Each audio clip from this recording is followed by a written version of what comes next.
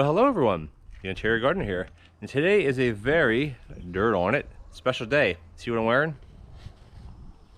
That's right, I got my bee suit on. You know why? Because today's bee day. Let's take a look.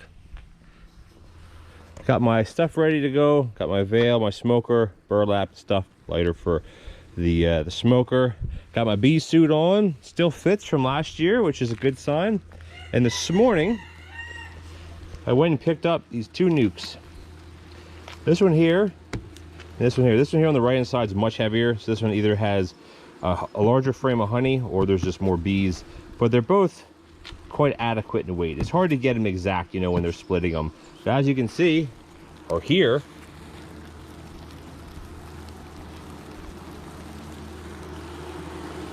there are bees in there.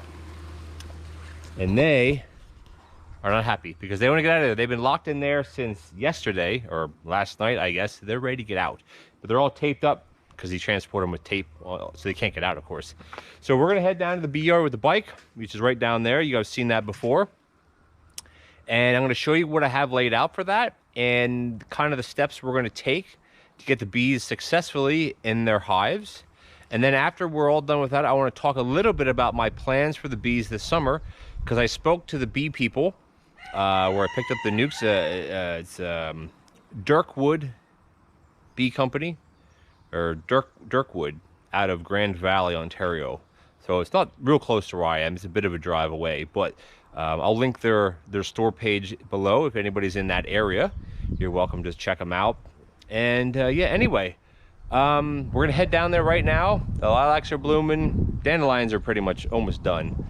But today these bees are gonna be out. Tomorrow, which is gonna be Monday, May 30th. Today's the 29th. I'm not sure when this will be published. But anyway, it's supposed to be like close to 30 degrees Celsius tomorrow. So the bees are gonna be out. They're gonna be foraging. They're gonna be going like crazy. So let's stop talking. Let's get down to the bee yard. I'll see you there.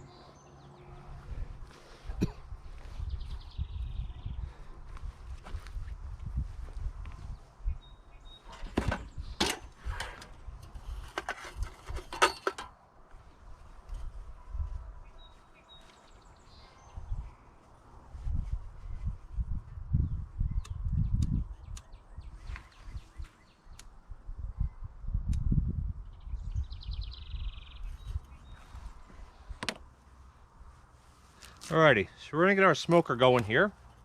We're just gonna take pieces of burlap. I have a little bit of paper towel in there, and you wanna just stomp it in there. Not stomp it, but push it in there. Got some other pieces. You can kind of tear it. I don't know if I'll be able to tear this stuff though.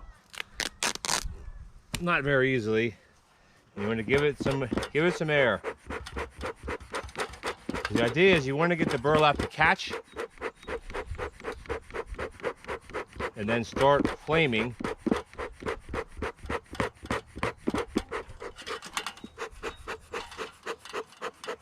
You can see it smoking in there now.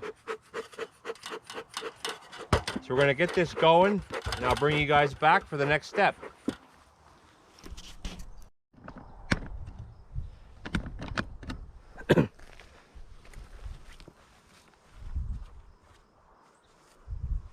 Alrighty, we got the smoker lit. Bees are humming in the background. So I'm gonna open up the box here. We'll take a little peek inside. I'm all dressed up, they can't get in. They can always find a way though. So I'll bring you guys in real close here while we open up this box. If I can get my glove on. Second one's always the hardest. There we go. And I'm gonna bring you guys down so you can have a look at what we got here. And then we can get these frames and this queen in these new hives. All right, now we're good to go. All right, I'm gonna bring you guys down here. Let's, you guys can see in there pretty good. So what we're gonna do is keep the smoker going, of course. Always have problems keeping smokers going, I don't know why. Cut all the tape. They don't need the tape. This I can actually push out of the way for now. This box here I think is the heavier box. Oops. That should be good to go. A little bit over here. And as soon as this comes off, they're gonna be flying, that is for sure. There we got some here in this tape. There we go. And they're out. Look at those girls. Nice cool smoke. Cool white smoke. Calm them down a bit. Now, as you can see in here, this is our queen. See her in there. She has, what color are we this year? I don't see a color on her head yet. There are also other bees in there with her. So what they'll do here is there's these sugar cubes inside. The worker bees, which are these girls here, they will eat this out. And as they eat this out, eventually the queen will be released. By that time, the pheromones that she's releasing should be enough to keep them here. So how this was in between these two frames, that's exactly how I'm going to do it when I put them in my hives. So I'm just going to lay them like that. Alrighty. These were just made up yesterday, so these should come out of here pretty easily. Here's some frame. This is some honey. This is from the beekeeper place. They always usually give 4 nucs, or 4 frames with. So what we'll do is I'm gonna pop that back in, bring you guys around, so we can get these installed. There we go. So as you see here, I have my 6 frames from last year. I got some here that are just basically pure drawn out comb. It's black because this is black. Pure drawn out comb. There's a bunch of junk in here. The bees will clean that out, of course.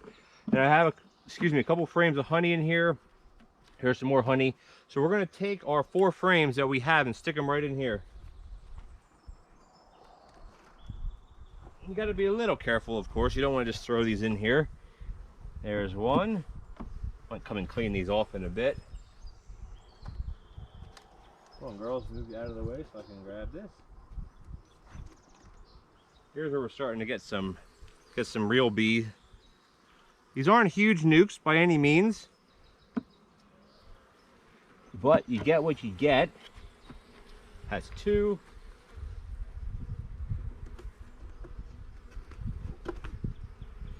Here we go. These are some weird looking cells on the bottom here. Just gonna kind of squish these off. I don't want these on here right now. A lot of these are drone cells. So the drone cells, you can tell because they're raised. See these here, these raised ones, those are drone cells. The regular cells are these darker ones in here. All right, this is frame number 3. Again, these aren't huge nucs. Here's another frame with lots of honey for them to start on. And there you go. This is a really heavy honey frame. So we'll put this one in like that. And what we'll do is we'll kind of push them together a little bit because they don't want to have a lot of space. Because if they end up having too much space, then they'll fill it. They'll fill it with comb, and that's not what we don't want them to. Don't want them to fill it with comb, because then it just makes your frames. There we go. They're flying around now. The queen, I have on this little stick, so I gotta wedge these apart just a little bit, just for now. Slide this in here, just like so. And then she will hang there, just like that, until they eat the wax away, or the sugar away. So, the beekeeper, they said it should be 3 to 4 days. Come back to see if she start laying. Because there are frames in here that have brood already laid. We got our top cover. Because there's so much food in here for them, I don't need to feed them right now. They're very quite docile at the moment. Let's get our outer cover on. Let's get our lid on. And that's that. Hive number 1. I have the entrance at the bottom open. There's not a lot of bees in here, so I'm just going to kind of just shake them here. I'll let this lay here on the side for them. And same thing with the lid here. I'll just let it lay here for today because it's not windy right now. Alrighty, so that's how we install a nuke. And I'm gonna get this other ones. I didn't even need the smoke. Smoker's going. Docile bees right now. They have to do their orientation flight, so they're gonna go out of the hive. They're gonna fly around. They're already out like crazy. You can see them everywhere. Fly out. Get used to where the opening is, which is down at the bottom, obviously, on my side. They're already going in and out. Do their orientation. And tomorrow is supposed to be super hot. Tuesday, nice. They're gonna be out foraging, exploring my land here. I have a lot of acreage here for them to explore. Various things are, dandelions are up, the lilacs are up. They just got to find all that stuff, right? Once they find it, they'll be on that, be on stuff every day, come back, and they'll start making more. Well, the queen will start making more, and the nurse bees and worker bees will start raising them. And I'm hoping by July, I can split these 2 hives. My plan, I'll get this other nuke in a second. Their bees are calm right now. My plan is, I was talking to the beekeepers, because I actually have 5 full boxes of frames, and plus I'm introducing 2 8 frame nukes, so that gives me an extra 8 frames.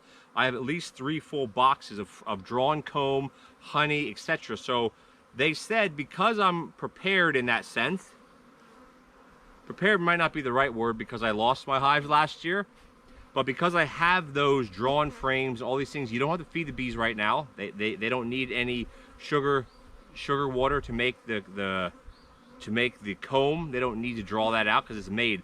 So they said that come July or end of June, maybe say 4 or 5 weeks from now, I treat these 2 hives. I'm just going to run singles for the first few weeks. If they really start laying, I'll add a double, and then the population will obviously boom. And then I'm going to come in here and I'll be able to split each of these one time to give us 2 new hives. And they'll get set up probably either over there, or they might be set up in the front here. This space that I have, let's actually take a walk back real quick. Look at that. The space I have here, this is where I had that controlled, uncontrolled burn. I have space here easily for 4 hives, easily for 6, 8, even more. Excuse me, if I really want to cram them in here. So my goal is to have these 2, they're out in the nice sun. Look at them. You can see them flying around, can't you? You can see that if I hold it steady. There we go. Beautiful sight, beautiful sight. So the plan is then to just make little boxes at the bottom, just a 2x6 to raise them up a bit instead of making a fancy stand. This will work perfectly fine. It's a lot better than the pallets because I can walk close all the way around it, so it's much better. And then I have a table here just to use for now. I won't need that the whole time that I'm here. So probably when I get my next 2 boxes, or when I do my splits, I probably might put them over here or in here. It doesn't really matter.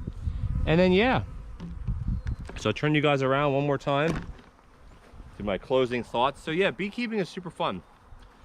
Hoping come July, mid-July, I can split these 2 hives to get me 2 more, which that means then I'll have potentially 4 going into the winter, and the odds of all 4 dying are a lot less, or actually less than half the risk of 2 dying, because you have double the amount. And yeah, we had a bad winter. The temperatures were up and down. That was the biggest culprit of it, because it warms up, the bees go out, then they come back in and they're too cold, the hive's too cold, they try to warm up, they can't, moisture gets in there and then they die. That's a statistic that I was told by the beekeeper, the bee company, is that across Ontario, 52% of hives were lost. That's over half the bees that were alive last year are now dead. I mean, we're dead over the winter, I should say. They're coming back now because you're raising new queens and stuff. But 52%, you think of how many hundreds of millions of bees there are in Ontario alone, and you cut that number in half. That is a huge amount of bees.